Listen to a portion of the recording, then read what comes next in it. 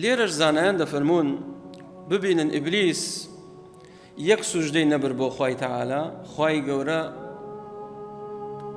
لە ڕەحمەتی خۆی دەری کرد و فەرمووی وەکانە منە الکافرین، چووە ڕیزی کافرەکان.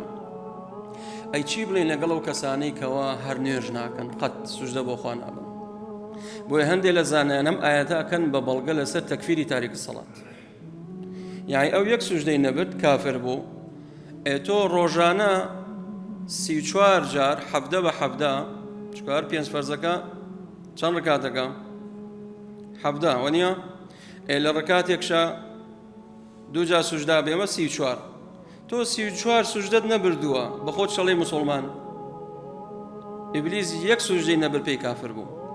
ئەمە هەندێک لە زانایان ئەوانی کە ڕەیان وایە کە تاریکە سەڵات کافرە. بەڵام هەندێک لە زانایان ترە فەرموون ئەڵێن نا، جمهوری عولەمان کە دەڵێن هەر کەسێک ئیبا و ئیستیکبار بەیەکەوە بە ئەوجا پێی کافرە بێ. یعنی چۆن؟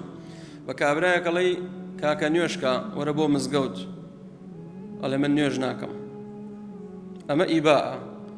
ئیستیکبارەکەی لەگەڵ بێ ئەوە پێی کافرە بێت. ئەڵێ من بێم لەگەڵ ئەو خەڵکەیە سوژدە بەرم، ئەو خەڵکە چییە من لەگەڵا سوژدە بەرم؟ ئەوە هەر نوێژم نەکرد، ئەوە پێی کافرە بێت، ئینکاری ئەکات. بەڵام ئەگەر کەسێک ئیبائی هەبوو بەڵام ئیستیکباری نەبوو، ئەبا وەستەغفەر، ئەوە پێی کافر نابێت.